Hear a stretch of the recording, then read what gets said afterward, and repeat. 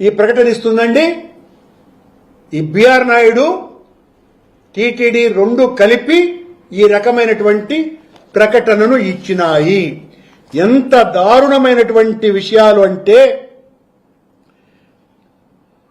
4 సార్లు నందిని డైరీ పాల్గొన్నది, 62% దక్కించుకున్నది.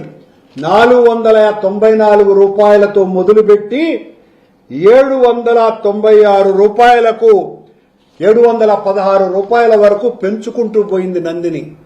కనుక దీన్నంతా గమనిస్తే ఏంటర్థము? కర్ణాటక మిల్క్ ఫెడరేషన్ వాళ్ళు ఇంత పెద్ద ఎత్తున, ఇందాపూర్ డైరీ వాళ్ళు, వీళ్ళంతా కూడా ఒకేసారి చంద్రబాబు గారు అధికారంలోకి వస్తేనే పాల్గొంటున్నారు అని అంటే ఎవరికైనా ఎందుకు అనుమానాలు రావు? ఆ అనుమానాలు తీర్చాల్సినటువంటి బాధ్యత టీడీపీ మీద ఉన్నది, టీటీడీ మీద కాదు. ఆ బాధ్యత మీకు ఉన్నది. దానికి మీరు వివరణ ఇవ్వరు. టీటీడీ లాంటి సంస్థను టీడీపీకి జోగు సంస్థగా మార్చుకొని ఈ రకంగా వాళ్ల చేత ఈ ప్రకటనలు ఇప్పించటము అంటే ఇంతకంటే మహాపాతకం మరొక్కటి లేదు, ఇంతకంటే దైవ ద్రోహం మరొక్కటి లేదు, ఇంతకంటే మోసం మరొక్కటి లేదు. టీటీడీ అంటే స్వామివారి ఆలయాన్ని ముఖ్యమంత్రి కార్యాలయమే మానిటరింగ్ చేస్తున్నదట. ఎంత బాధాకరమైనటువంటి విషయం. కొండ లోపల ఏం జరుగుతున్నది, దర్శనం క్యూ దగ్గర నుంచి అన్నీ కూడా ముఖ్యమంత్రి కార్యాలయం మానిటరింగ్ చేస్తున్నదట.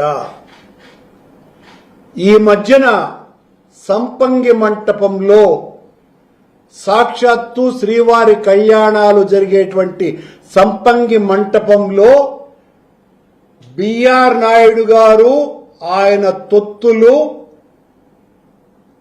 గుడిలో పనిచేసేటువంటి ఉద్యోగస్తులనందరినీ కూడా పిలిచి, వేద పారాయణదారులతో సహా అందరినీ పిలిచి బెదిరించి, మీ గుట్టంతా కూడా మా గుప్పెట్లో ఉన్నది, మీ ఫోన్లన్నీ కూడా ట్యాప్ చేస్తున్నది ప్రభుత్వం, మీరు కరుణాకర్ రెడ్డికి ఇస్తున్నటువంటి సమాచారం అంతా కూడా మాకు తెలుసును, ఇంకా అలా చేస్తే మీకు భద్రత మేము ఇవ్వలేము, మిమ్మల్ని ఎంతో కనులకు కనురెప్పల్లాగా కాపాడుకుంటున్నాము అని అనునయంతో మాట్లాడుతూ తీవ్రమైన హెచ్చరికలు చేశారు.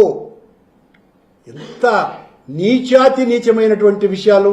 మీరు అలా బెదిరించినా కూడా అక్కడ బెదిరే వాళ్ళెవరూ లేరు, నాకు సమాచారం అందిస్తూనే ఉంటారు అన్న విషయాన్ని కూడా గుర్తు చేస్తూ, వేద పారాయణదారులకు సంబంధించి 700 ఉద్యోగాలకు జగన్మోహన్ రెడ్డి గారు ఆ రోజున నోటిఫికేషన్, నేను అధ్యక్షుడిగా ఉన్నప్పుడు నోటిఫికేషన్ జారీ చేస్తే దాన్ని తొక్కి పట్టేసి చంద్రబాబు గారి ప్రభుత్వం 4 నెలల క్రితం ఇంటర్వ్యూలు పూర్తి చేసి, ఇంటర్వ్యూలు అయిపోయి 4 నెలలైనా కూడా ఇప్పటి వరకు ఫలితాలను ప్రకటించకుండా ఎవరైతే అర్హత సాధించినారో వాళ్ల దగ్గరికి ఈ ఇంటర్వ్యూలకు సంబంధించిన అబ్జర్వర్ ఆ ఫలితాలు సాధించిన వాళ్ల ఇళ్ల దగ్గరికి వెళ్లి ఒక్కొక్కరి దగ్గర ₹1,00,000 డిమాండ్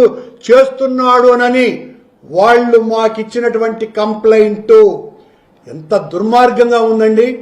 వేద పారాయణదార ఉద్యోగస్తుల్ని ఉద్యోగాలు కూడా ఈ రకంగా సంతలో బేరంలాగా అమ్ముకుంటున్నారు వీళ్ళు.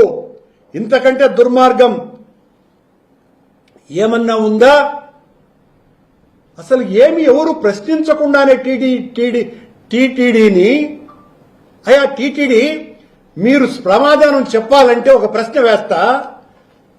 2018లో లడ్డూకు సువాసన మేకప్ వేయాలని ఎందుకు రోజుకు 375 కేజీల చొప్పున 4 కోట్ల రూపాయల నెయ్యిని ఎందుకు కొనుగోలు చేసినారు అన్నటువంటి దానికి సమాధానం చెప్పండి. దానికి ప్రకటన ఇవ్వండి. పోర్టు కార్మికులను బెదిరించి పెద్ద జీఎం గారిని